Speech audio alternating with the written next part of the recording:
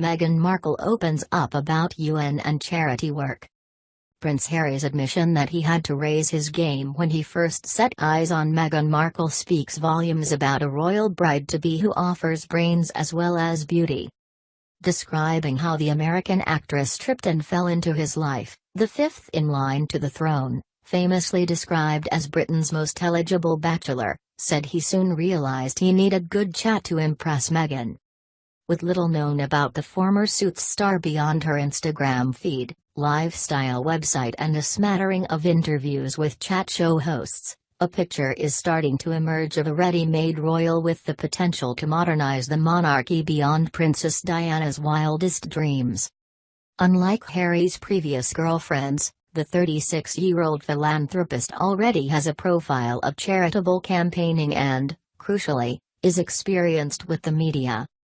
No wonder Harry, 33, could not believe his luck when they were introduced by a mutual friend in London in July last year. The fact I know that she'll be really unbelievably good at the job part of it as well is obviously a huge relief to me because she'll be able to deal with everything else that comes with it, he said in the couple's joint engagement interview. We're a fantastic team, we know we are, and we hope to have as much impact for all the things we care about as possible. Seeing Meghan through the prism of her role as sexy paralegal Rachel Zane on the U.S. drama Suits, it's easy to forget that the privately educated budding humanitarian graduated from Northwestern University, one of the most prestigious in America, considered on a par with Harvard, Yale, and Stanford. She studied theater and international studies, which included an internship at the U.S. Embassy in Buenos Aires, graduating in 2003. Born and raised in Los Angeles, California, by a white father and black mother, Meghan has written insightfully about her mixed-race heritage. Referring to her father Thomas Markle and her mother Doria Radlin in a magazine article in 2015, she wrote, "My dad is Caucasian, my mom is African American. I am half black and half white."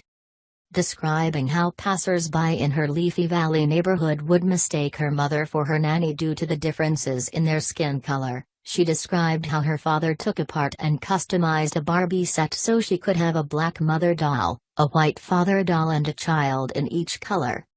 She also wrote movingly about how her mother was called the N-word at the height of the LA riots and how she was pegged as ethnically ambiguous by the acting industry.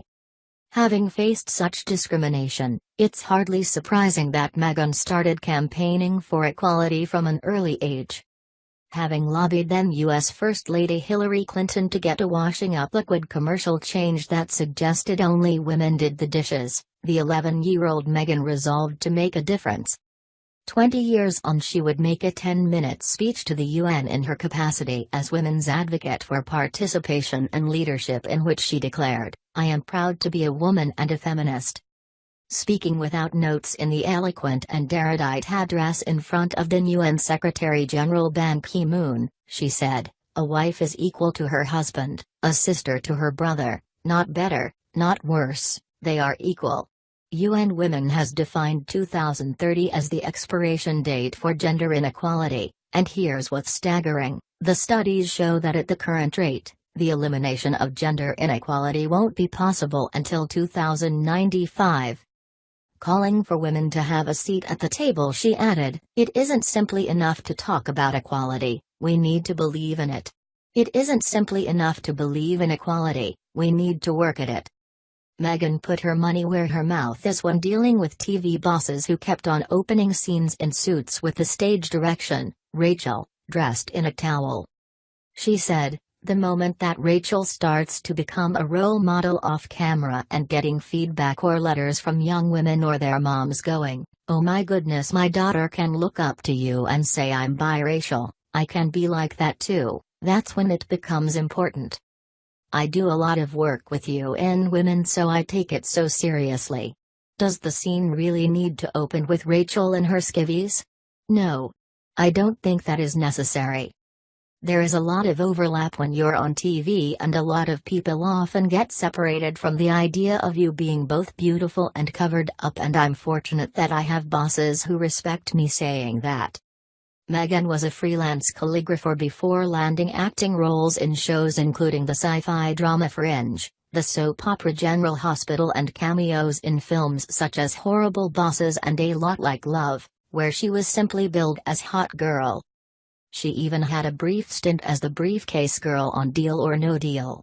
Once declaring in a blog post, "I never wanted to be a lady who lunches," Meghan combined her acting career with ambassadorial work for World Vision, visiting the charity's Clean Water campaign in Rwanda.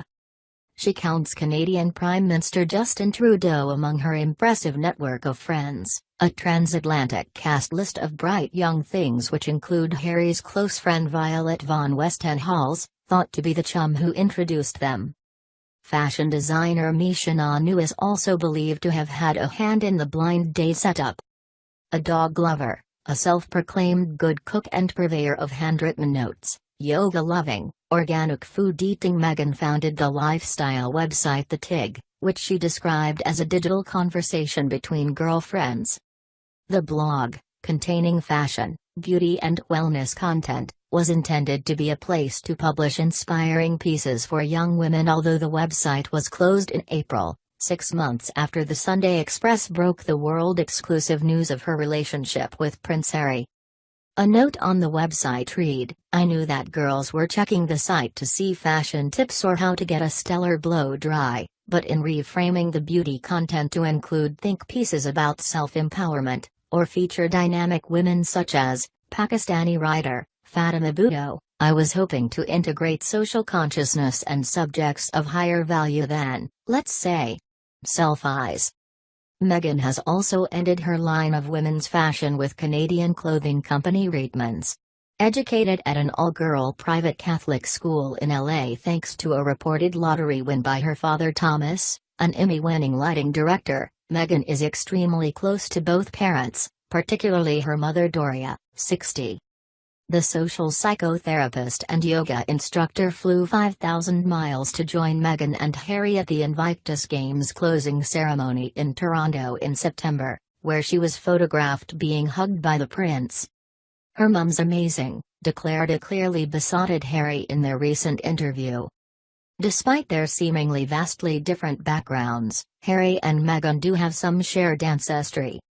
Meghan is a descendant of Captain Christopher Hussey, who was appointed in 1679 by King Charles II to govern the province of Hampton, New Hampshire, and was the founding father of Nantucket. It was reported that Hussey was a descendant of nobleman John Hussey, 1st Baron Hussey of Sleaford, who was a descendant of King John and beheaded in 1537 on King Henry VIII's orders. She is also descended from the Bowes family, making her a distant cousin of Harry via his great-grandmother the Queen Mother.